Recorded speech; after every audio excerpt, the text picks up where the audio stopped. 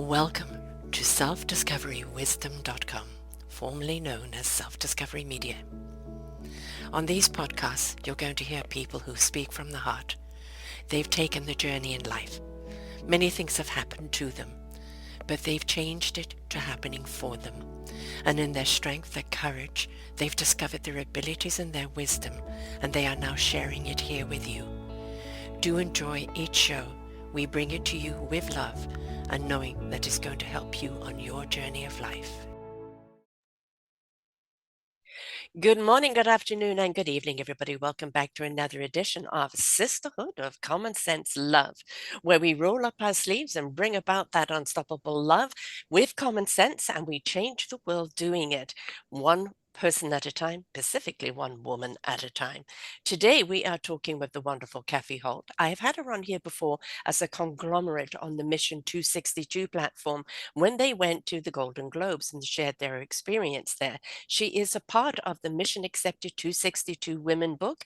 Yes, 262 women in a book. It's a 5-year book going out. So many wonderful people in it. I have it here.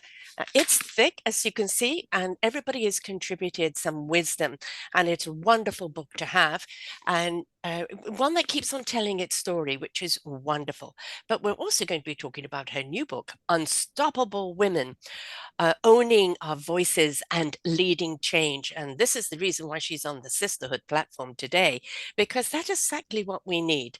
This is more than a book, she says. It's a movement. Unstoppable Women is a bold call to action for women ready to lead with authenticity, challenge systemic barriers, and create meaningful change on their own terms, packed with powerful stories, practical tools. Cathy Holt's signature L.E.A.D.S, L-E-A.D.S framework is a guide for every woman who's ever felt underestimated, unheard, or out of place in the traditional leadership spaces. Whether you are leading your career, community, or personal life, this book will help you rise with purpose, confidence, and intention. She is a joyful mother of a gifted daughter, leader, international renowned speaker, and best-selling author and lifelong advocate for women's rights. She's also 35 years in advancing gender equality through university courses, women and gender studies, and political policy and advocacy work, including collaborations with the United Nations and global NGOs, and the co-founder of DEI Consultants. And she champions diversity, equality, inclusion, and practices the foster belonging and drive to transformative change. And boy, are we in the challenge of changes right now, right? If ever there was the universe gave me a saying 7 years ago, the universe is going to shake us up to wake us up, for us to step up and change it up and grow up to a higher vibration, but also grow up as a human race. And boy, are we in that shake-up right now, Cathy, right? Welcome back to the show, love. Well, thank you so much, Sarah. And I love what you just said because, yes, we are definitely in times of change. I hope that it is also a time of evolution where we actually become better and, just humanity embraces humans and humanity.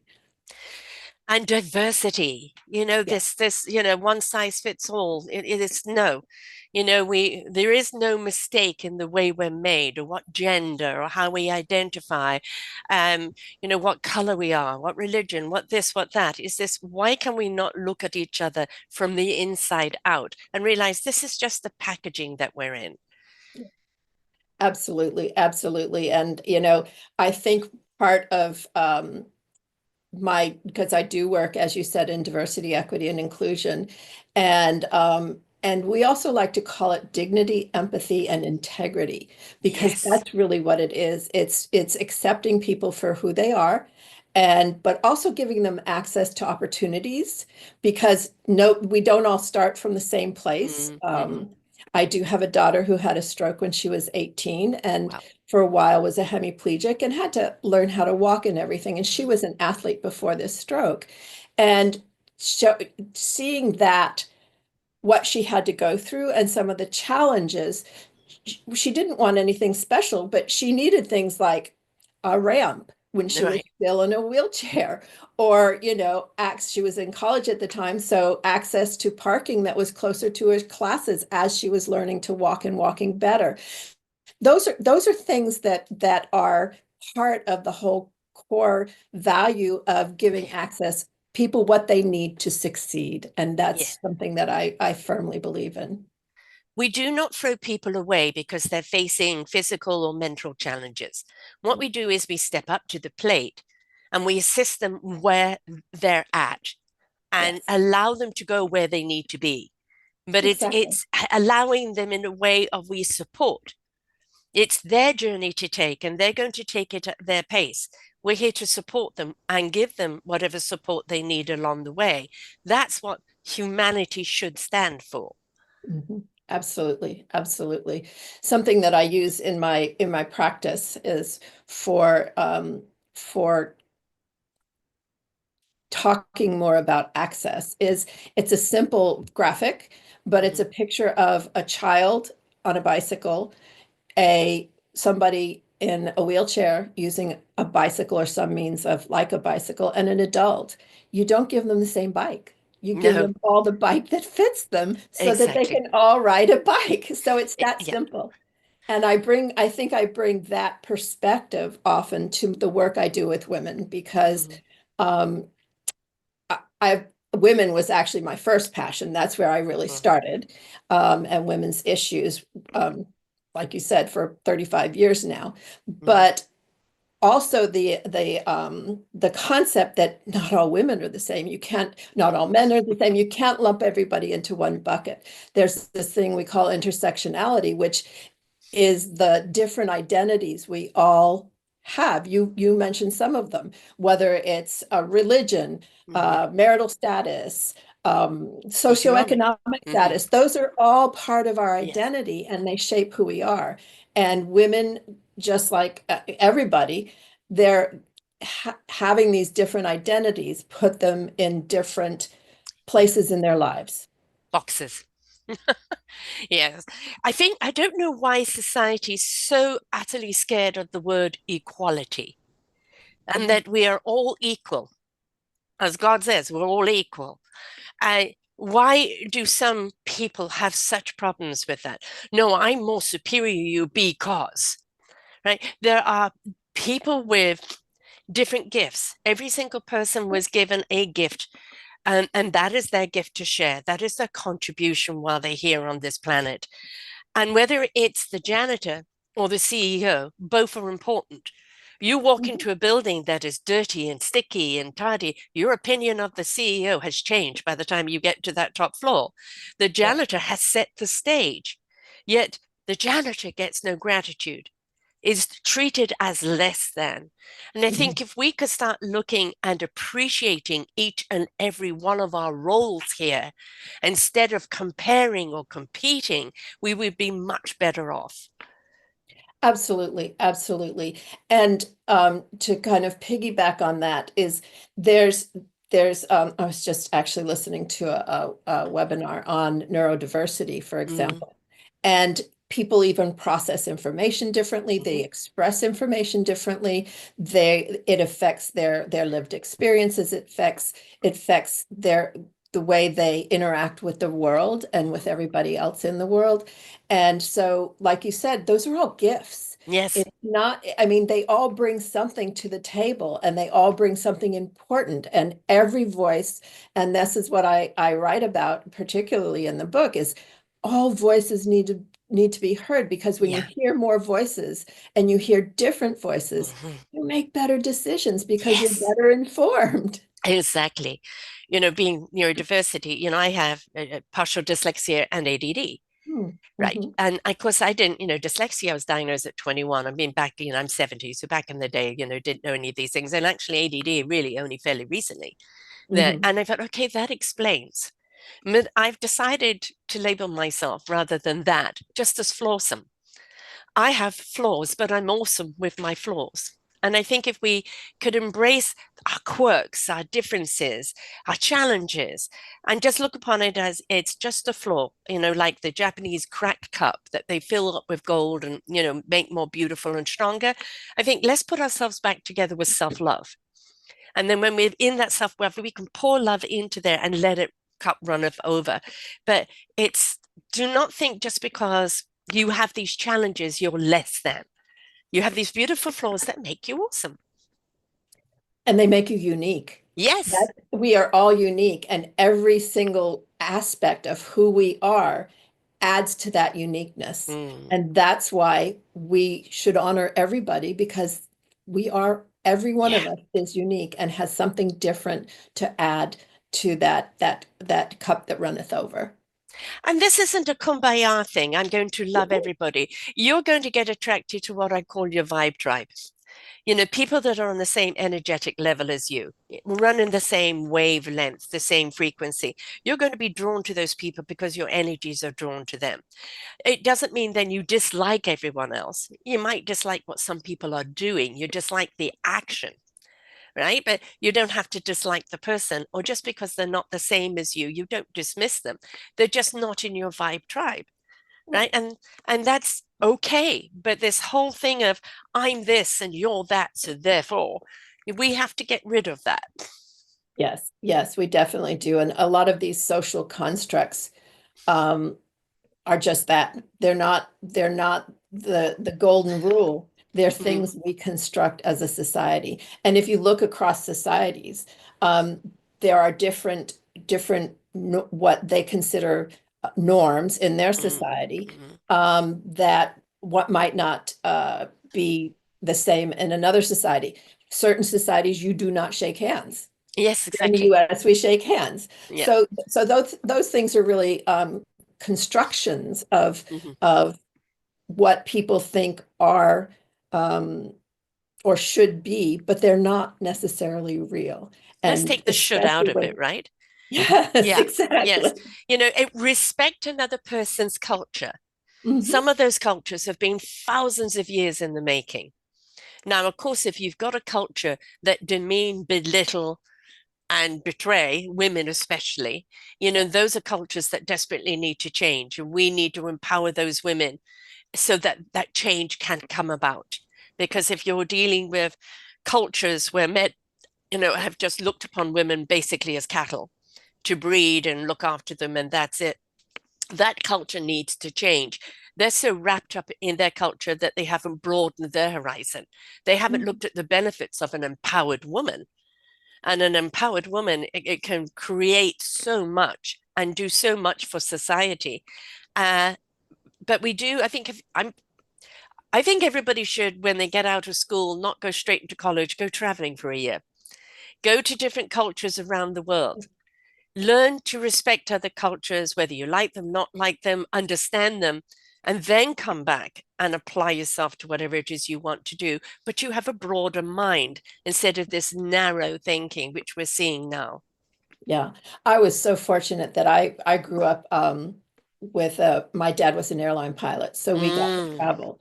And then I found a partner who also loved to travel. So I've been to over 100 countries wow, in lovely. my lifetime, and I've lived in two different countries. And part of that learning, that whole learning about difference is Mhm. listening to learn. We are not Yes. taught to listen to No. learn. I mean, even if you go back into high school or even college, the debate team, well, Mhm. you're not being taught to listen to learn or to embrace difference. We're taught to communicate in such a way that we convey our opinion or Yeah. what we think is right Mhm. and not necessarily what the other person is saying. Not I'm not saying there's invitational. no room for debate. There Right. are, Yeah. Yeah. in certain circumstances, that's exactly what you need to do. But in general, communication needs to be much broader and much more learning and understanding than it is just saying your piece. Exactly. My motto with these shows are listen, learn, and apply, Yes. right? Because there is always something that you listen to that becomes, aha, I didn't know Mhm, that. mhm. I've learned something here. Now, how do I apply it to my life in whatever way? And I think we listen to challenge the information Mhm. rather than listening to be inspired, because I believe inspiration begets invitation. And when you're inspired, you're invited to look at things in a different way and to take different action. But we kind of listen to challenge it, one up it, or dismiss it because it doesn't fit our little box. And I think let's change the way we hear things. Absolutely, absolutely. And that's actually something I do talk about in my book, because there are certain traits that are used to be considered kind of soft skills. Then Mm-hmm. they called them personal skills. And, they were more often than not attributed to women Mm-hmm. because we do that. I Yeah. mean, we in the roles that we take on, and I don't get into whether it's nurture or nature. That's Mm-hmm. a whole conversation Yeah. outside of here. But the roles that we take on, or the way that we have been conditioned to some Mm-hmm. extent, are that we have these traits, these skills that are now considered leadership skills. It's not the old curmudgeon in the office barking orders, power and Mm-hmm. control. It's the compassion, it's the communication, understanding others, having empathy, um, bringing people to an agreement, and really getting them. A leader to me is not somebody who just Bosses has a people title. around. Yeah. Yeah, has Yeah. a title or demands. Mm. It's somebody who can inspire others Mm-hmm. towards a certain goal together, to Yeah. work in collaboration or Mm-hmm. in unity to accomplish something. That's the true leader, and that happens also every day in little things. Yeah. It's not the CEO, the CFO. They're Mm-hmm. important, but it's the little everyday things. It's showing leadership can be something as simple as letting somebody in front of you on the grocery line because they had Mm-hmm. fewer things. Yes. That's stepping up and speaking out on behalf of somebody else. That's to me Precisely. leadership. It's those everyday activities that start the leadership journey. And then you can take it from there if you want to go farther. Right. I did a show last week called Take the Wheel. And then I realized, of course, there's a song on that. So everybody's going to probably think, But basically, Take the Wheel is be the leadership in your own life, Yeah. right? You know, take the wheel. Do not let past conditions or past traumas or past expectations, societal expectations, you should, must do, Mhm. etc. Put all of those in the back seat, preferably put them in the trunk Yeah. and you take the wheel, right? You shift into the gears, and I don't go into fourth gear straight away. Acknowledge your gears.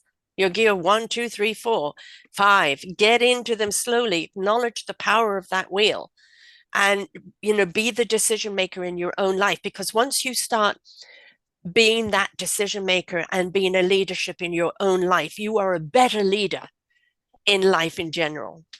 Yes. Yes. And that's actually something I start the book off with, really, is this is the first step is becoming the leader of your life. Mm, And that really takes self-reflection, which is not always comfortable. mm-hmm, Sometimes it can be scary. Sometimes mm-hmm. it can bring things up that you would rather not think about. But unless you know yourself and unless you know your values, you have to know what's important to you. You have to know what excites you. Mm-hmm. And if you don't know that first, you can't really go out into the world and do much else. I mean, No, if you do, it's more performative rather than yeah, true to your heart. yeah, And I think we all need to be aware and aim for, and it's not easy, once again, to be heart centered. And exactly. when I say that, I mean, what you matters to you if you take the time to think about it. But Right. with women, especially, so often we are just, running to so many different roles and Mm-hmm. juggling so many different things in our lives that we don't take the time to do Yeah. that self-reflection. And sometimes it's even considered selfish if you do. It's Ah, not. It's self-preservation. yes. It's Yes. self-care. We have to do it, but And we often don't. I've literally just contributed a book. I'm not selfish. Oh, I'm not being manipulated anymore. And, and yeah. each one of us contributed a chapter around that. And, for Hmm. me, it's like, why is it considered selfish to place self-care on you or to even have self-love? We are more empowered as a human being with self-love, with self-care, knowing our limits, knowing why we wish to share, why we wish to do things. And if we're not allowed to do that, then how can we be the better human being that we would like to be?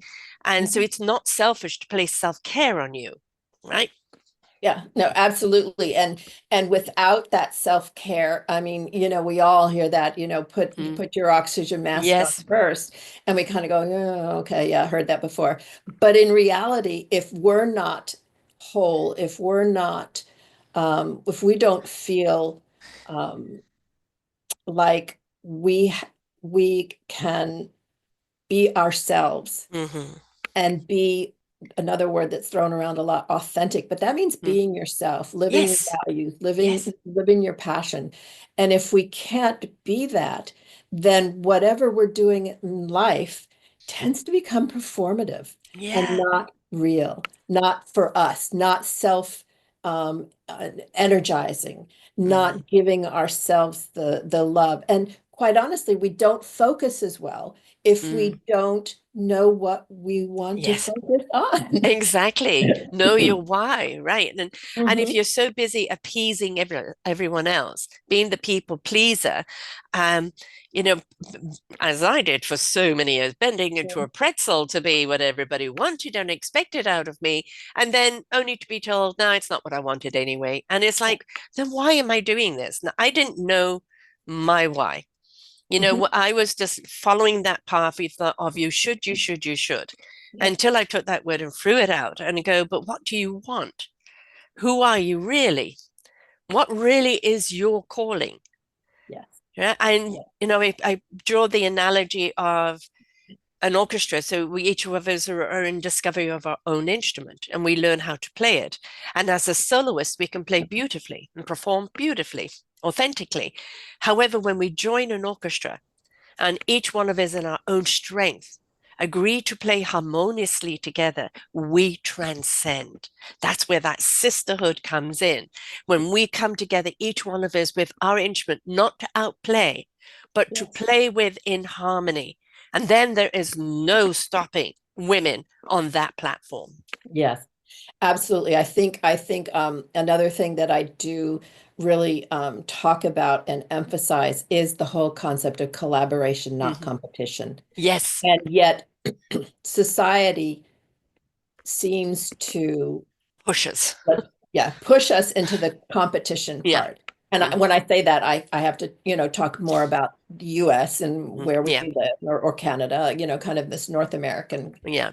concept, because not all cultures are like that. But we are very, even as young girls, the messages we get Mm-hmm. about competing for boys, competing for this, there's only one spot left for a woman, Uh-huh. so you have to, dog eat dog till you get to Mm-hmm. that spot, instead of thinking, how can we collaborate and open up more spots? How can we bring Yeah. more people to the table by collaborating, by Mm-hmm. partnering, Mm-hmm. by supporting each other? There's one group that I work with that always talks about, as you're climbing the ladder, make sure you bring somebody up with you, Yeah. kind of that visual of the ladder and the person below, and Yeah. you giving them a hand so that they can accompany you on the journey Mm. upward. And it doesn't necessarily have to be in business. Hmm. It can be just in life, Exactly. that journey of, as you progress, bring others along with you, invite them to join you. And that really kind of was, I guess, one of the motivations of my book, Hmm. really was that I've kind of, like know a lot about the 70s and and A those cool times. time, a cool Yeah, time. they were cool, but And they then were we went also, backwards. yeah, they were cool, but they were also challenging for women. Yes. And I was so fortunate to have women who saw something in me And we're willing to do that. We're willing to, as they moved up, also brought me up and with them. And I just, with all the experiences I've had since then, I've taught women and gender studies in college. I've worked in politics and, around women's issues. I work globally through the UN and several NGOs with women, grassroots women around the world. With all those experiences, I wanted to share their stories Yeah. of women who have done that to show that it's possible, even sometimes in very dire Yes. circumstances, but that it's the collaboration that makes us more powerful and more impactful in what we can get done. I also think more creative and more solutional because not any one of us, when we're in our dark space, kind of know how abundant we're going to be in the light, right? And it's just with that light of that love and that watering, suddenly we blossom into something that we never expected that we ever could do. And I think when you show belief in someone, even before they do, and we show them that we believe that, coming, and I also say the sunny side of the street. You could be on the sunny side of the street, encouraging people to come out of the darkness. That's their free will. They have to choose to come out. Once Mhm, they're actually on that street and they extend their hand, then you can say, let me help and show you the way. Right? They've got to walk it though. They've got to do everything. All you there is as an assistant, yes. giving them the tools and the skills they need to apply in order to walk forward. But you can't go into the dark and get them. It is Yeah. that choice to come out. And when they do decide, look, it's sunny over there, it's time for me to step out there. That's that free will. There's that permission, not only to you, but to themselves to step out and go, there's got to be something more. And they're willing, with that encouragement and that support of other women and men who love women Mhm. along the way, all of a sudden you see them achieving something nobody thought possible. Yeah. But I believe everything is possible. I don't believe, I believe we can do anything. It's just a question of all those gears we go through and where they take us. But to see women suddenly do this and do that, and they're so creative, and the solution for this and the empowerment of that. And it is because they discovered themselves. They Mhm, discovered that ability, and they didn't do it alone. They did it with people along the way. They said, I believe in you. I'm here for you. Here's this mhm. tool, here's this school, this idea for you. And here are these arms that embrace you along the way. And I think we owe it to each other to support each other because we have no idea, the cure for cancer, which is already out there, the cure for misogyny and narcissism is out there. We just need to step into that empowerment of love and supporting one another. Absolutely. And to go back to what you were talking about, about you can't bring somebody along if they don't want to. Exactly. That is so true. And well, yes, I learned that many times in my life trying to Me too. not be successful. No, But it never works. They've yeah, got to want but it. the other side of that is often women aren't offered that Yes. invitation. Yes. And so that's why we, through our caring for each other, for our love of each other, we need to make sure we are inviting as many women as possible. Exactly. And that is just something that, once again, in the way we've been conditioned a little bit, it's not the norm. I mean, No. we go back to that competition Yeah. and I think especially in our daily lives in the workforce, some of that competition is a little I don't know how to say this, but just it's almost on purpose to Mm, make us not yeah. work together. Suppressive. Yeah. Yeah, Yeah. keep them, competing, and then they won't realize that if they join forces, like you said in the orchestra, Hmm. then they can be transformational. Yeah. So sometimes I think that is intentional, Yes. and we just have to not allow ourselves to be pulled into that. Yeah, exactly. Switch So that that, channel off. Yeah. yes, Yeah. exactly. And I did want to get just back also to you, the thing you said earlier about the creative problem Mm. solving.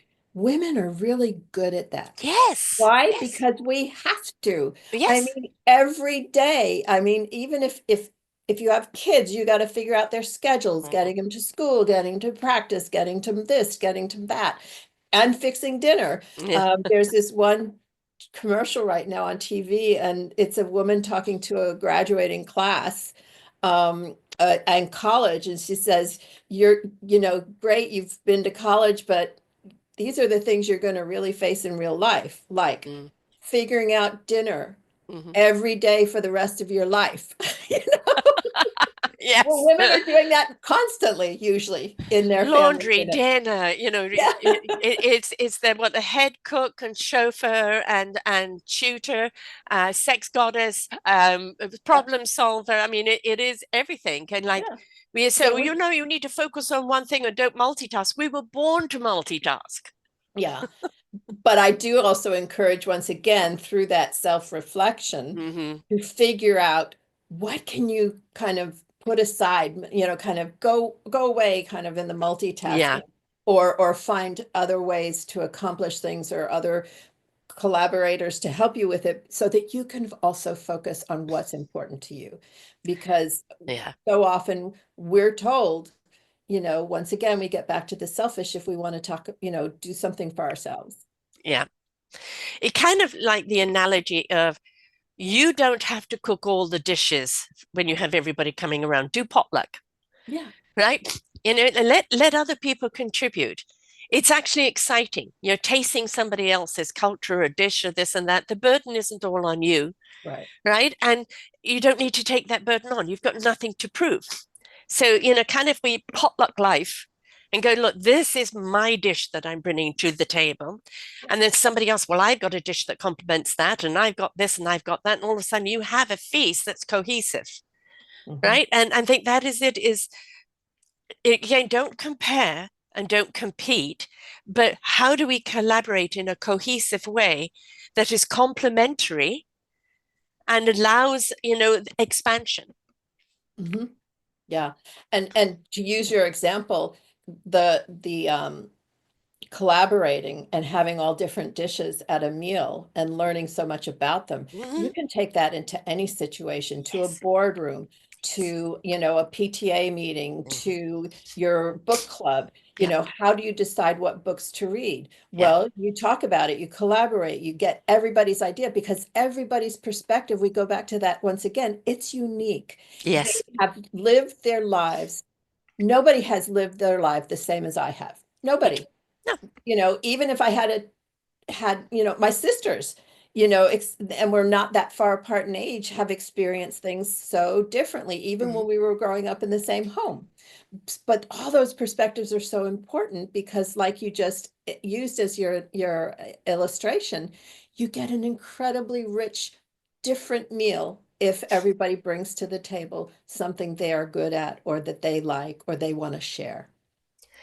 I always encourage people to have podcast parties.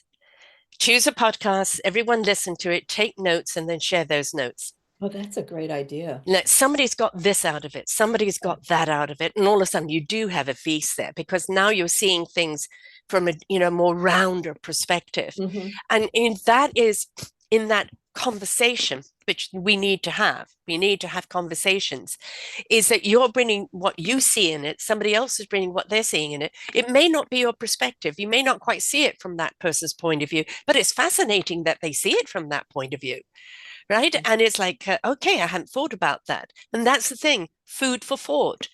Why are we shutting ourselves down? We as human beings should be wondrous and exploratory and inquisitive and curious, because that's what helps us move forward. That is our evolution. And I feel Hmm. that that's being suppressed. Especially I put out a book last year called Our Forgotten Children.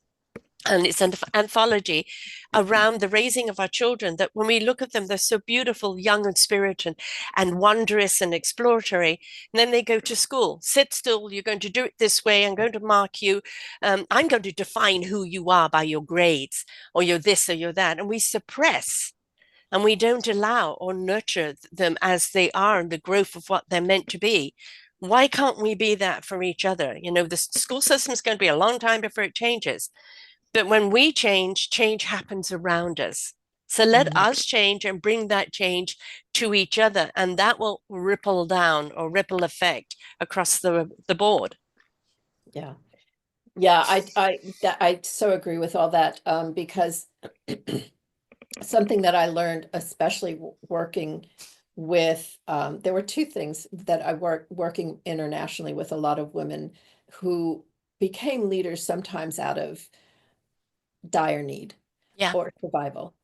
And two things were, the first one, which I now kind of live by, is don't tell me, and this was ahead of one of a big UN agency who was a woman from Malaysia who was mayor of her city at one point and then moved into this position.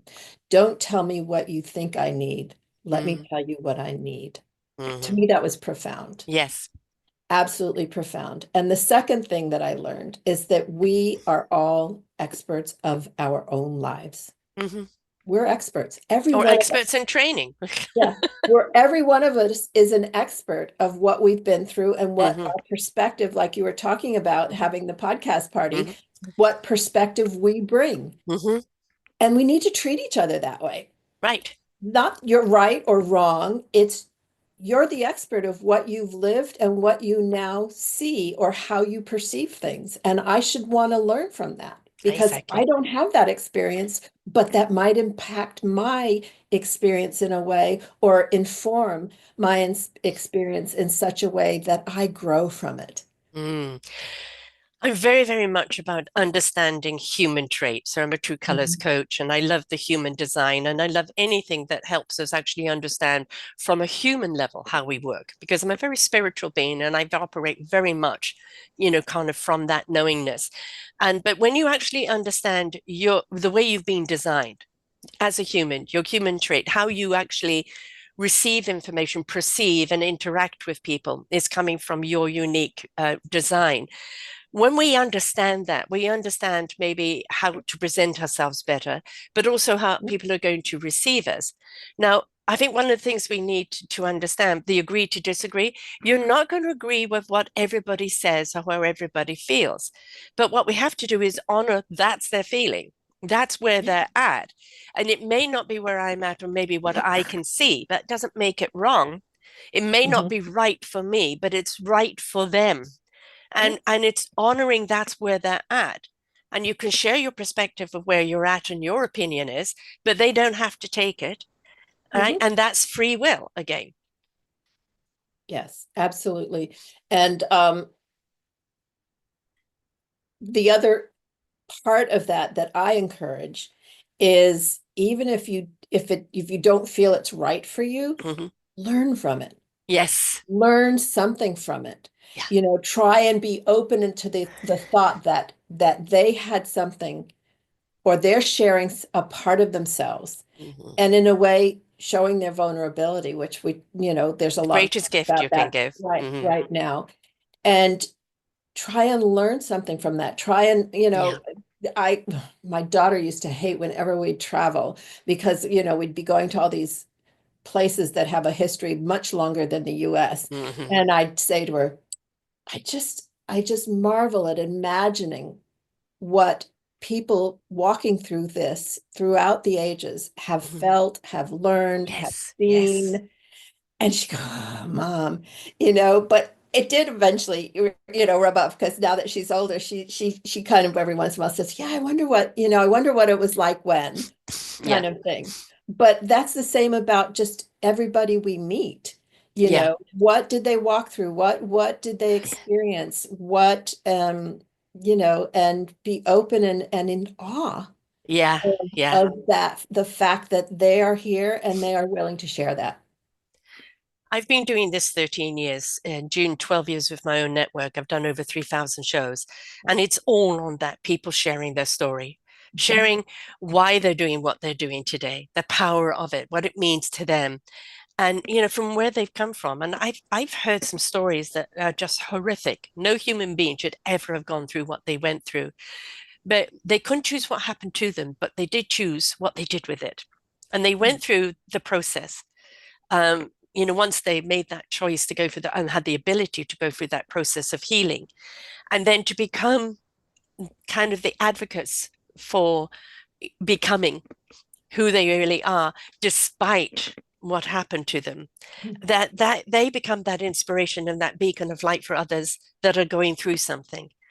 That person went through this, look where they are today. They made that choice to go through the process. And it is a process. We don't jump from, I decide I'm out of the dark now, I'm going to step right into the light. No, the light will blind you. There is a process. Go through the gears, right? Because that becomes your backpack of wisdom that you take with you, that you apply. And then when you find out that everything you went through had a meaningful purpose of what you were here to do. And I look at these women and men that I've interviewed through the years, and the choice that they made to be empowering today, and the people that they're empowering today, especially those that are on that cusp or in struggle of that, there is a way out. That is the sunny side of the street. And Mhm. again, inspiration begets invitation. And when you are inspiring, like the stories in your book are inspiring, that is that invitation for somebody that's struggling out there to know, however much I'm struggling, there is a way forward. Absolutely, yes, I totally agree. And in part, I think one of the reasons behind the book also was to show that you're not alone. Yeah. We have all, I mean, even somebody with, at the top of their game, and you can, talk about women that are in power, Michelle Obama, Hmm. you know, Hillary Clinton, whether you agree with her or not, to get where she was, they still deal with things like what we call the imposter syndrome. Oh, yeah. Or they still struggle with how do you present yourself in a room with people that don't, necessarily want you there. Exactly. You how Yeah. do you still communicate with Yeah. people from different backgrounds so that because communication is definitely a two-way street. I mean, it's not just what you say, it's whether or not they're hearing what you say in a way Exactly. that they can understand it or take it in or Motivated by it. Yeah. yeah, motivate by it. And so part of the book is that no matter where you are on your leadership journey, you're not alone. We're Yeah. all going through it. It's just one of those, we might be in different places in that journey, but we are all there. And sometimes that journey is uncomfortable. Hmm. And so I really truly believe that I learn more at the edge of my discomfort Yes. Yes. Yes. because that's where I call it getting out of my comfort zone and Hmm. into my evolution zone because that's where I learn, that's where I change, that's where I'm not on autopilot anymore. Yeah. So I have to think, I have to really look at what happened, what did I learn, what part did I play in it? Yeah. And so, but that happens to all of us. It's not, Yes. don't think that you're the only one going through it. Exactly. Um, Or that yeah, people at the top aren't still going through it because there's exactly. always a price to pay for so-called fame or for being Yeah, at the top. Because then you've got envy from others of yeah. you being at the top. They've put you up on a pedestal, and now, oh, now you're who do you think you are up on that Mhm, pedestal and want to start mhm. chopping down the legs? We've got politically right now, we have some very strong women out there, Yeah. and they know they're up against the giants, but they're being the Davids, right? Mhm, And they're they're coming together in their strength. They're not being apologetic in their voice. They know the consequences of what they could face, uh, imprisonment or this or that, but they're still coming together and speaking out. And Yeah. this is the thing, don't be afraid to speak out, right? They may want to restrict you, to refrain you. They may want to push back from you. But when you are unstoppable and you gather the mass of people around you, then they have no legs to stand on, because Yeah. the empowerment of women, strong women together as that chorus. And when you're facing the society that's chosen to be weak and dominating, there is only one way for them to go, and that is to melt. Because they can't, they've got nothing to back them up. Mhm. Right? They've got angry voices, they've got bitterness, they've got smallness. But when you have the giants of women coming together, and the giant isn't one woman, the giant is many women lifting women up, Yeah. then you've got a force that is unstoppable. And it comes again together with common sense love. Hmm. We're not out there to spout, pitchforks, guns, or anything like that. It is, we've rolled up our sleeves and stepped into mama mode of common sense love. Yeah. And I think you can go back, and this is probably the professor and me going back right now. If you even go back to one of the early women's movements, I guess you could say, it was the suffrage movement. Yes, yes. And, they endured Oh my, beatings, I know. starvation, Uh-huh. sexual assaults, Mm-hmm. everything. But together, because they were trying to, they had a lot of different energies trying to stop them. Yeah. And yet, what did they do? They got together, they supported each other, they took care of each other. Mm-hmm. When somebody, when one of them got out of prison and was emaciated from almost starvation, Mm-hmm. they brought her back, they cared and loved her, and Looked after once each other's again, children, yeah, right? and once again, as a group, excuse me, as a group together, with the caring and the love, but also the passion and Mm. the Resilience. tenacity, Yes. tenacity to not stop. Yes. And so, that's that to me, that was a very powerful movement. I know it had its kind of dark sides in Mm-hmm. that it wasn't necessarily super diverse and Mm-hmm. inviting. Mm-hmm. But at least the group of women accomplished something like changing the Constitution. Yeah, The women had the right to vote, you exactly. know. So, but it wasn't, some of them, yes, some of them were already privileged women, but Right. a lot of them weren't. Some of Yeah. them were sewing the patches on their arm, on Mm. their clothes, and some of them were doing other things. And I mean, but look at the privileged women. They had so much to lose yeah, because their own husbands turning against them. We're talking about an era where a man can say, "My wife has hysteria, lock her up." yes, Right? absolutely. They literally pull the strings, and for them, Mhm.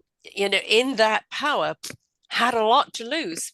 Yes. Because people can say, well, they have it all. They have security. Yeah, That's yeah. always the big word, security. They had a home, they had this and that.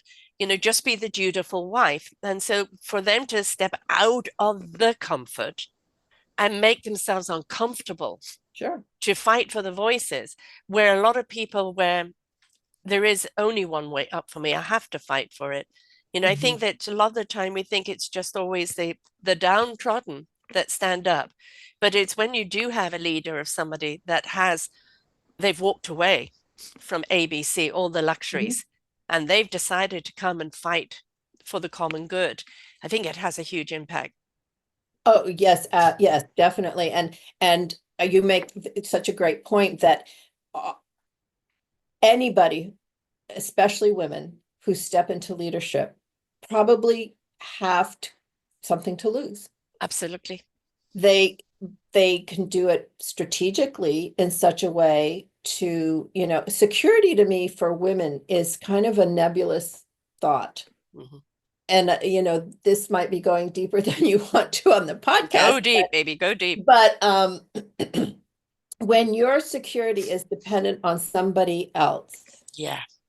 is it really security? Mhm. And so I really encourage women, and some, especially some of the younger women that I mentor, that the first step or a prime step in security is financial security. Because in our society, at least, so much is so Money much strings. import, Hmm. yeah, is put on financial Yeah. security. And if you don't have that, then you are vulnerable. Yeah. And but to be financially secure, sometimes you have to step off and you have to step out of your comfort zone. Hmm. But once again, you have to have identified what was important to you. What did you want to go after? What, you know, what makes your heart sing? Because when we all know, we've heard it so many times, when you do something you're passionate about, you do it better. Exactly. So you're more successful, whatever you define success as. The success isn't just monetary, No. but you know, finding that place where you flourish because you're doing something you really love, that will help bring you to some place of security. And So also, I think you look at security in a different way. Yes, you need the money, roof overhead, your independence, yeah. your own security. We need that money. But I think for so many, if I have the money, I have the security. But yes, you Mhm. want ABC money, you want the foundation money that secures you. But you realize that the true enrichment and abundance lies in the passion and the Yes. conviction of Mhm. what it is you stand for. What is your calling? What is your meaningful purpose? And that's where you truly see the real commerce of love is really where the enrichment is. Money is there to sustain you and protect you, but allow yourself to blossom, right? It isn't suddenly you're rich. Yeah. Again, how many people have I interviewed that sold their souls to become rich and Mhm. realized how poor they were Yeah. until the Yeah. cosmic two before came along and kind of locked their legs out, and now they feel so enriched in what they're doing, Mhm. and that as long as there's enough money to sustain, they Yeah. truly are doing that. So nothing against you being rich, it's what you do with the riches, but Yeah. don't think that riches, being rich is going to Yeah. be the answer. Exactly. That's not going to solve all the problems. No. You know, if you're not happy in what you're doing, if you're not following Yeah. what is important to you, your core values, if you're not living Yes. core values and being, you know, in integrity, then you're not really rich. I mean, it's just And a where's monetary your thing. passion?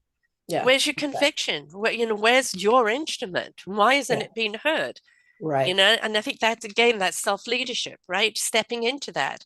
What aligns my heart and soul and my spirit together that I almost feel out of breath and an excitement that I want to do? That's your fuel. That's your generator. And when you Hmm. step into that, because you've got that meaningful purpose, you are now unstoppable because you are compelled to move forward with it. Yes. Yes. That is so true. Those words are so true. And when when you can harness that kind of energy and passion, Mm. excuse me again, that's when I think the leadership Mm. is more of a natural progression for you. That's maybe not the right words, but it's still hard sometimes, Mm. but it's something that you know, one, you can trust in yourself to do. Yes. You trust that you might fall down, but it's not the falling down that you look at. It's No. getting back up and what did I learn so I don't do that Yes. again. I mean, if you Yes. trip over something, you do not go and trip over it again. You learn Exactly. not to trip over Right. it. You know, Absolutely. and but it's kind of the foundation in a lot of ways. You know, having that passion and having that the knowledge of yourself, um, that can propel you into leadership without you standing up and saying, okay, I'm going to learn to be a leader right now. Right. You know, and I think for me, that's kind of my story is that, growing up in the late 60s, early 70s and being told a lot of the things I couldn't do, Mm-hmm. even though my male friends were being told all the things they could do. Um, Even back then, that really frustrated me. Yeah. I mean, I'm like, well, I might want to try that. Well, Yeah. no, no, no, no, no. You're a girl. No, no, no. Yeah. And so that's where that spark, I think, started. Yeah. Yeah. Uh, Don't well, tell if me what you I think can and cannot do. exactly, and I think I probably said it just that way with my husband. Just wait and see. Yeah, but that, so as challenges presented to me, I was so fueled by that want of fairness Hmm. and that desire for access to opportunities Yeah. that I said yes to things that was I scared? Yeah. Of But course. I said yes to things that where they asked me to do things and maybe kind of step a little bit into leadership because I was so propelled by Hmm.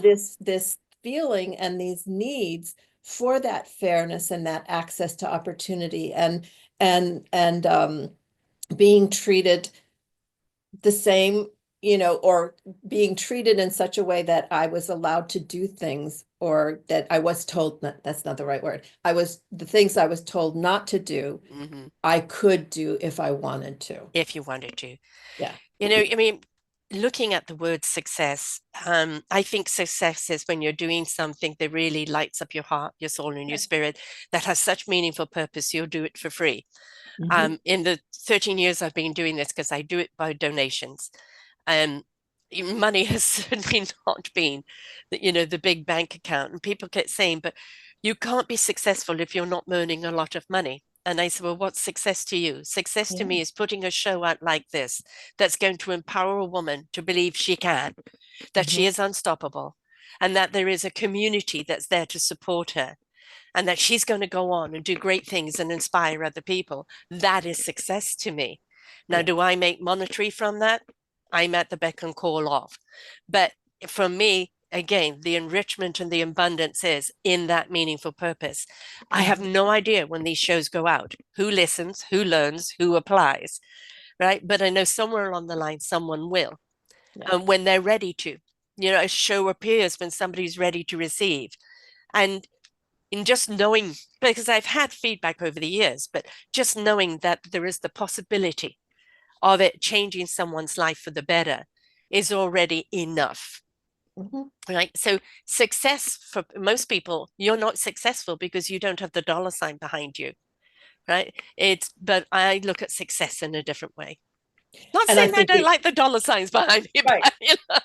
but And I think we all need to start redefining success because yes. I think what you just said is what success is. It's not, yes, you need to be able to sustain yourself, but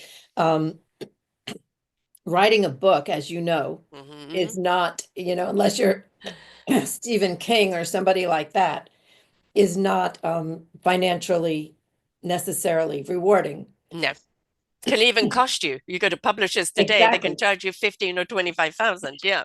Right. But at the same, just a second, I don't know what's You go going on take with my some water. voice. But what you just said about, I don't know when somebody will read this book. Hmm. And I do believe kind of the universe takes care of us Yes. so Yes. that somebody will pick this book up when they need it or they're Yes. able to listen to it and Yes. actually learn from it. Because if they pick it up before they're ready for that, they're really Yeah. not going to get what they need to out of I that. agree. I But agree.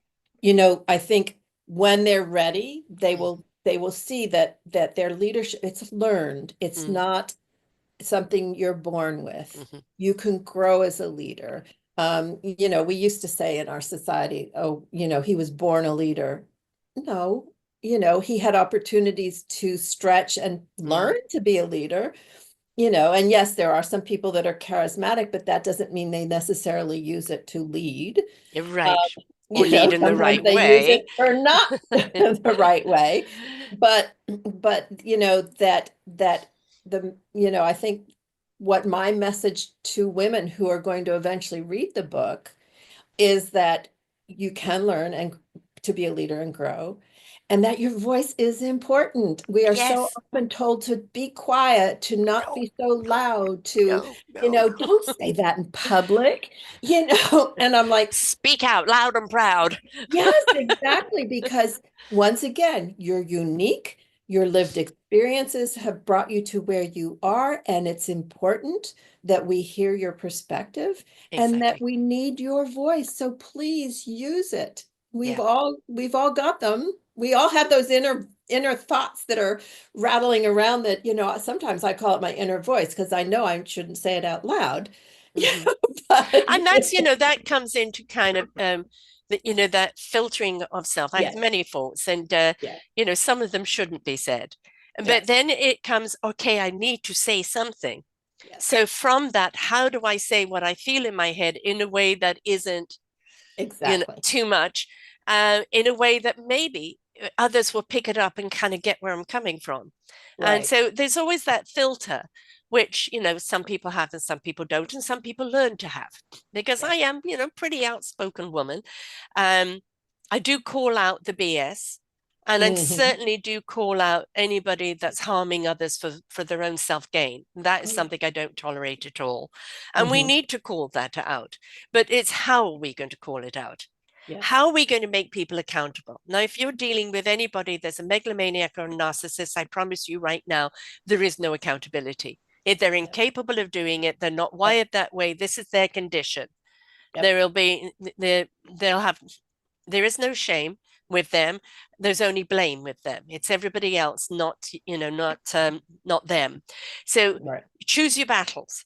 And basically, what it is, if you can't address that person, or those people, who can you address around them Yes. that you can empower to see things from a different angle? Yes. And that's actually something I speak to in the book also is, and I learned this working in politics for almost two decades, is strategically using your voice, Yes. strategically using your power, Hmm. strategically using your leadership. Yes. Because there are times when it's just, you're not going to have the impact that you want to in a certain situation. And, we do it in life all the time, Hmm. but sometimes it's hard when you're in the lead, Yeah. people are looking at you, you don't want to step back and regroup, but sometimes you have to. And Yeah. learning that the strategic positioning for doing that and how to do it in such a way that you Yeah. can still have some impact and still um, get the outcome you're trying to get. Uh, but maybe, I lived in Brazil for 5 years. My daughter's father is Brazilian, and they have this expression, da jeitinho. And I loved it when I learned it because it means figure out a way. Basically, it Hmm. means figure out a way around something. Yeah. And so there's not one straight, Nope. pathway Nope. that will get you there, but you figure out how to get around something that just really isn't what you want, or really you don't think is right, or something you want to change. That creative problem solving we go Yeah. back to, Yeah. you figure out a way around it. And Yeah. that's strategy. That is being strategic. And sometimes we I think everybody, not just women, but everybody, they get on that pathway and they just pound, pound, pound and Yeah. think, if I just pound a little harder, Uh-huh. it's going to happen or I can make it happen. And that's not using your energy or your Feminine energy. It's resources. not using your feminine energy, it's using No, the masculine energy. true. And it's the feminine energy that we want. And kind Yes. of going back to that, not knowing anything, like if you're being questioned or you're in a board meeting or politically being asked a question, it's okay to say, you know what? I actually don't know that right now. But it's an interesting point, and I'm going to look into that and Yes. I'll get back to you. It's Yes. okay to say you don't know, Yep. or you've not heard of that before, or haven't looked at it in that way. Mhm. But it's a way of saying, I hear you, I'm going to look into it, but I Yes. don't have to kind of panic that I don't have the answer right now, because the only people that have the answer right now are ChatGPT or Google or all of those people, right? And what are they? There is accumulation of human knowledge. Right. You're not a computer, you're a human being. So speak to what you can speak to, what you can't speak to.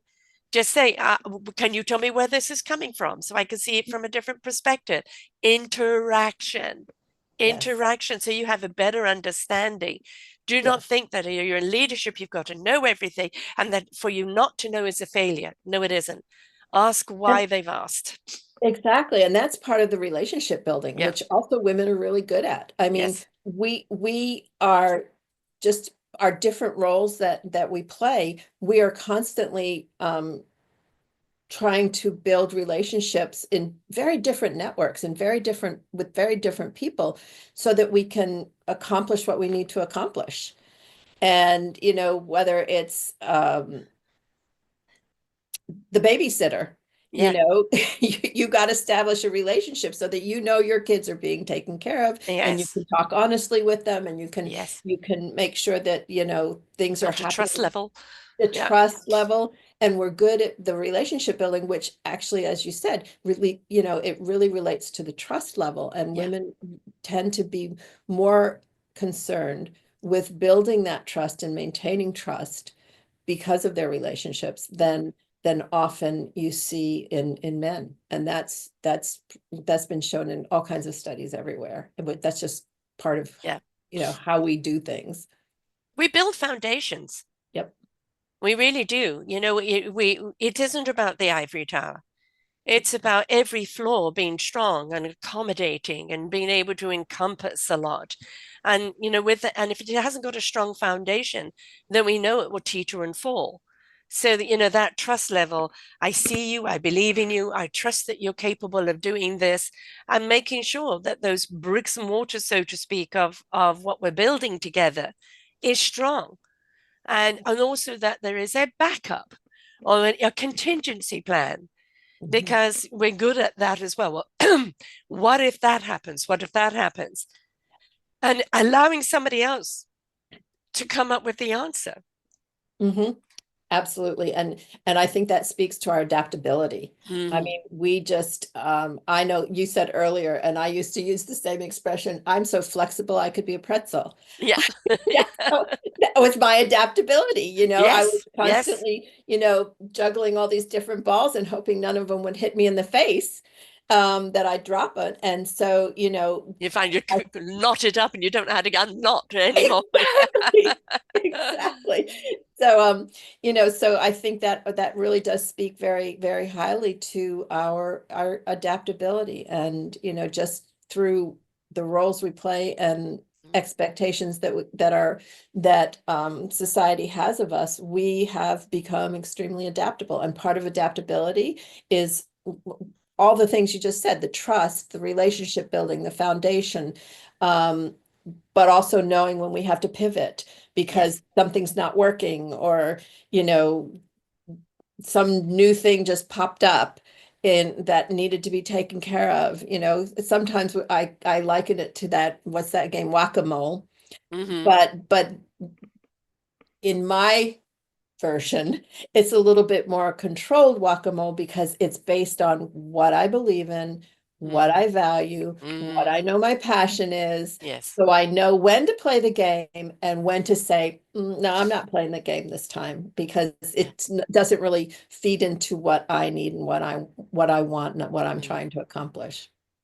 That encompassing, your why, your values, your truth, Yeah. and inviting other people that have similar values and truth. Mhm. Theirs might be slightly different, but they are cohesive and complementary to each other, and they, can be those bricks and mortars to build.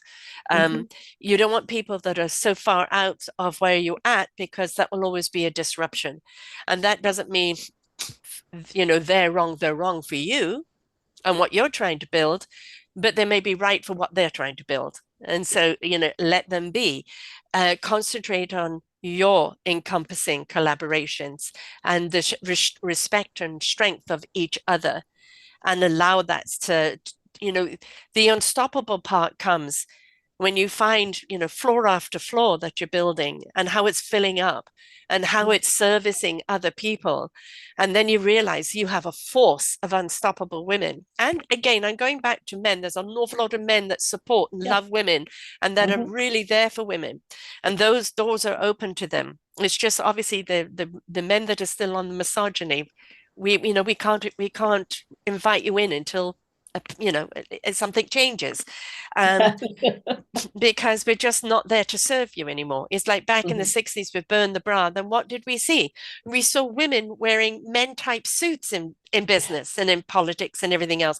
Why can't a woman come to the table as a feminine, own her femininity, and Yeah. share that strength and that capability without having to be an image of a man to get a point across? Mhm. Oh, that is so true. And when I worked in politics, it was in Texas, and it was in the 90s and the early 2000s. And there was a dress code Mm, basically for women that we wore, suit-ish kind of yeah, clothes, a jacket. And, I always tried to embellish it with a little something because I I literally, when I stopped doing that and stopped working in that realm, got rid of every single yeah, one of them yeah. because Restraints I like felt straight so jackets, right? constrained. Yeah. Exactly. I felt claustrophobic in my clothes, Yeah. but it was an expectation. And if I wanted to be effective in what I was doing, I couldn't, unfortunately, I could have, but I don't know that I would have been as effective to make that a point of contention, what I was wearing. But, Yeah. so there are times that we sometimes have to play a role, Yeah. but as long as we know that it is a role Yes. and it's not defining who we are, I think that's what the important things, because sometimes we have to perform. It Yeah. just, but if we can perform, and it's kind of a contradiction of words, authentically, Hmm. know what's inside Yes. and know who we are and know what we believe and know where our heart is. We can do it. It's, we're an actor on the stage. What's the famous, what You is it, you you Shakespeare? know you look at some beautiful women and say they can wear a sack and still be beautiful. And so when you're beautiful from the inside out, it Yes. doesn't matter if you're a suit or a sack or a beautiful dress. It's Mhm. what, we have an awful lot of people that may look beautiful but are ugly inside. When Mhm. the beauty inside comes out, what you're wearing melts away Exactly. because it's that authenticity Mhm. of, heart and soul and spirit purpose that's coming forth in authority, Yes. right? And it's authentic authority. I know what I'm talking about. I Mhm. know what I'm here to present, and I present it with heart. My opening on my shows is I bring you all those people that come from the heart. And if you don't come from the heart, I'm not going to interview you, right? Because it's got to be heartfelt. It's got to be Mhm. something that you are not doing for, ego adulation. You're doing from conviction Yes. and meaningful purpose. And that's something that's very important to me. And when you've got those people, you feel the authenticity. You know Mhm. they're doing it for the right reason. And you know that that's the inspiration is the invitation and you can trust it. Yes. No, it's so well spent. You just, what you said is so spot on. And I think that being able to come from that place, as you said, is what can inspire others. Yes. And I think those of us, I know that's your work. Mm-hmm. I've tried to make that my work also. I'm not there to tell you what you You're not need. Like trying, I you said, are doing it. It is your yeah. work. You're doing it Well, for all but the right reasons. I'm doing it to inspire others. Yes. I want to build that movement of Yeah. women leaders that will change the Yeah. world. And to do Yes. that, you have to inspire. You have And to be the change you seek to invite others that we can change, yes, right? exactly. Yeah. Exactly. I mean, putting this book out, but it's not just you've put a book out and suddenly you've become. This has been a journey, all the gears that you've been going through throughout your life. And now you're in that fifth gear, but you've recognized every gear and every position along the way, which has empowered you to be that person of authenticity and authority now. And that's why, you are your own leadership, and in that leadership we're inspired to follow Oh, and to thank you. become. And a good leader makes leaders out of other people, and that's what you're doing. You're inspiring leadership in other people. Well, thank you for saying that. That is reaffirming, and sometimes we all need that. Yes, yes. But yeah, I absolutely, and that's the whole, be all and end all of the book is, Yeah. putting it out there. And the book is also, it's just not, yes, I try and inspire in the book, but every chapter of the book has some actual action steps that you can Mm, take, or questions to make you start thinking a little bit more about the different traits or the different aspects that I talk about in the book, so that it's just, it gives real steps and mm. strategies to try and move forward on your path of leadership. And that's that sunny side of the street. When you've decided to come out of that darkness and accept the hand on the other side of the street, nobody's there to fix you. Mhm. So you're not broken. You're just not all together yet, Yeah. right? And it's they hand you the skills and the tools for you to apply, and they can show you how, they can show you what, and they can be that cheerleader around you, but you've got to do the application.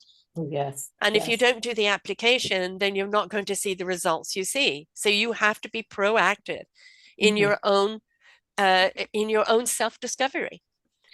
And I think, at least my hope is that through the book and the way I present things, um, that they are, any woman who reads it is saying, hmm, I think I could do this.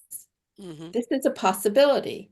And then, if need be, the book walks alongside them in the journey.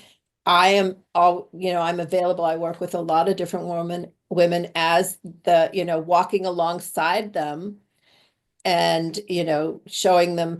There's this group I work with in Nairobi, in Kenya, and they have this saying that, and I'm loosely translating it, but the older women know the way, Hmm. and the inspiring leaders or younger women have the energy to follow the path. And that's Yes. kind of, I feel like that woman, though, that has walked the path, many Yes. different paths, and so that I can help you, I help show you a way, or through a path or several paths, to enhance your leadership wherever you are in your journey. But you have to have the energy to Yes. follow, or You, to you take are the the leadership. wisdom. Yeah. I mean, this network is called Self-Discovery Wisdom, Yeah. and it is the discovery of the wisdom that is accessible to us, that is within us. And then Mhm. what do we do with that wisdom? We Yeah. learn actually how to use our knowledge better through the wisdom. For understanding and feeling the wisdom, we look at our intellect and our knowledge and know how to use it better. So you have stepped and walked into your wisdom, and in sharing that wisdom as a calm and inclusive energy, you're giving it to the people with the energy to run with in their own exploration of life, right? Yes. So the epitome of what this show is all about, you have stepped into your wisdom, become that beacon of knowledge and wisdom and light to give to others so they can run with it in their own self-discovery. Yeah. Oh, that was so well said. You should write all my material, because that's so beautiful the way you said that. But yeah, that's my hope. That Mhm. is my hope. And you know, that's that's my purpose. I really do Well, that's feel your work that's with my women, purpose. isn't it? Is Yeah. to Mhm. show them the light that's within them, Yeah. to ignite that light, to ignite that heart and soul. Which, yes, I talk a lot about heart and soul because I do definitely believe that those are our generators. That's Mhm. our wisdom and our knowledge, and then to step into the spirit of life. All right, it's like, oh, I've got something to put myself in gear for. Yeah. Right, this is a passion. This is meaningful. What do I need to know in order to share this knowledge? Hmm. Right. Hmm. And that's the point. A lot of people want to step into something, but they don't know what. And Yeah. so that, discovering their own leadership of who they are, the empowerment of self, And then something along the line will be that switch. Oh, I love that. Right. Oh, God, that's meaningful to me. And that's then how do I do something here that's meaningful? But I think Yeah, first and foremost, they've got to be able to look at their own self leadership to actually absolutely. understand what that calling is. Hmm. Yep, that's why it's the first chapter in my book, that self-reflection. I Mm-hmm. mean, without that, once again, I always used to say this is dating me, a super ball in a closet, those old balls that used to bounce all over the place and go crazy. That's kind of where you are if you haven't figured out, what it is important to you, who you are, and what lights your life up. You're a light bulb that's not being plugged in, right? So plug in. Yes. And then, it's willing to take the journey. Going back to nobody gets from A to Z like that. And you don't want to, because the things that Mm-mm. you learn along the way becomes that strong foundation, becomes the building blocks, becomes that understanding of what's relevant and what isn't relevant, becomes the understanding of the driving force, the why, the what, the whom, the how. And it's through each one of those beautiful journeys that you discover more, and it becomes more substance and more substance to share. And Yeah. I've got another book that I'm putting out right now looking for seniors. It's called Our Forgotten Seniors. And it's sharing the seniors' triumphs of what Hmm. they've accomplished in their lives, also their challenges of being a senior, which we see a great deal of, but also, warnings to young people and understanding to young people that you are working towards your seniorship. And it's you want to be able to look back and say, I accomplished. Yeah. Yes, yes, definitely. I'm in that phase of life too. So, Mm-hmm. you know, um, it's everyone I think wants to have a legacy, Yes. and I Yes. think you may not realize that, or I didn't always realize that in my younger years, Mm-hmm. but as I experienced more and gained more experiences and knowledge and wisdom, um, I learned, yes, I want to leave a mark on the world. Yeah. I not maybe the whole world, but Right. in my little world, or to somebody, or to my community, or just, I want to have an impact. I want this to mean something, this whole Yeah. journey I've been on. And and It's kind of a way of going back to your travels and looking at something and be inspired by the history of it. You want people to be inspired by the work that you've done and the legacy that you've left behind, and it becomes something that ignites something in them. yeah, yes. That And stands the test of time. that's really Oh, sorry, you froze oh, there for a moment. you yes, sorry, I don't know You whose you end it's froze on, there for a but moment. yeah, Yeah. we got a little freezer burn there. The universe agreeing. So you still work with women in various countries and various things. So what is your platform in helping people? Are you hearing me? Okay, I've got you frozen again. I don't know why, but Sorry, folks, okay. we had a Um, internet drop there well, right now. through this, No, please go ahead, Cathy. Tell us all about what it is that you're doing, whom you're serving, how people can get hold of you, and how they can get hold of your book. okay. Yeah, so for the book, it's available on Oh, are we freezing again? We're having some freezing problems today, folks. I don't know what's happening on that side. They do have a storm over there. Um, so you can actually get her book on on Amazon, and you just have to put in Unstoppable Women, Cathy Holt, Holt, and her website is cathyholt.com, and her Facebook, KZ Carlson, Kathleen Carlson on LinkedIn, Kathleen Carlson 2023 on Instagram, and straightupsuccess.com is her program. She's there to help women from all over, step into their leadership, and really has the heart in order to do it, as you've heard here today. So I think we may, because they do have a storm going on their side, so it's obviously interrupted the internet. I don't know if she's going to be coming back in. We'll just wait a second to see. Okay, she's back. We don't know how long for before Okay. the internet goes down again. Right. Like Go I ahead. said, we're having storms here in Connecticut. So, Mm. yes. So, I work with women around the world here in the States at all different levels of their leadership journey. There is the book, Unstoppable Women, Owning Our Voices, Leading Change. It is available on Amazon. You can get a Kindle version, a paperback, a hardcover, any way you want. And I am getting ready, and you can find this on my website, cathyholt.com, to launch some workshops based on my leads, the L.E.A.D.S framework that I've created to inspire, help you determine what are your leadership traits and strengths and superpowers, and then how to use them effectively and develop them so that you become the leader in your own life and anything else you want to see and change. Excellent. This is what we need. Leadership is very, very important. And we can't just blindly lead others as sheeple. We've got to be a leader in our own choices. What's good for us?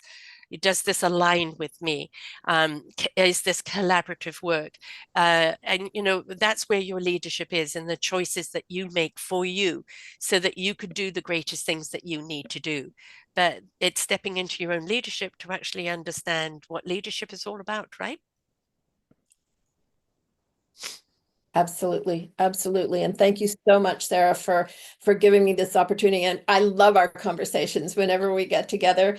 They are just they really give me energy and inspire me. So thank you so much for having the opportunity to share our wisdom with each other. It's been Oh, phenomenal. Thank you. this is what it's about. Again, sisterhood. It's about supporting one another. It's about inspiring each other and that ripple effect of inspiration going out.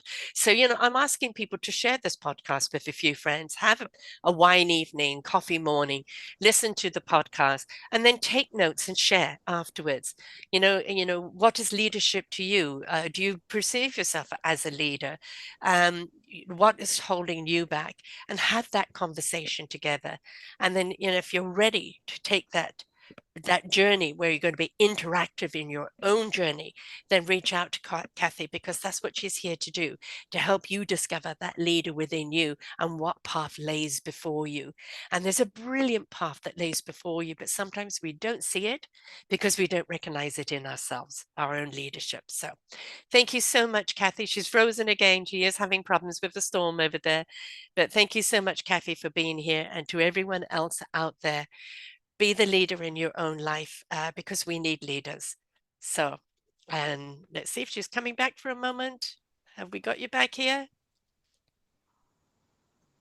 There's one hell of a storm going over there. Oh, we back? Are Yes, we I'm back? Yeah, back, but we're I back. Okay, so saying can't goodbye. see you So again. Um, thank you so much I- for being here, Cathy, and sharing. It's been absolutely wonderful. And I encourage people to step into their leadership and reach out to you, because we don't always know how to find that. And somebody that's laid that path for us, it's just a question of knowing what to apply, how to apply it, and how to step into our own inner leadership. And then we can make better choices in our life in every aspect, right? Yes. Well, thank you so much. And just everyone, your voice counts. Mm, You need to own it so that we can all lead change. So thank you again. my pleasure. Until next time, folks, we're here for you, and you are an unstoppable woman. Bye for now. We hope that you enjoyed the show. There are so many more for you here on selfdiscoverywisdom.com. Just go to the podcast tag at the top there, and you will see all the many genres and all 3,000 shows ready for your listening. We are here to serve you, to help you on your journey of life, and we know that through inspiration, it begets invitation. We are supported by you, the listeners, and those that we interview. Anything that you can spare us in donation would be greatly accepted, and we do hope that you enjoy the next show.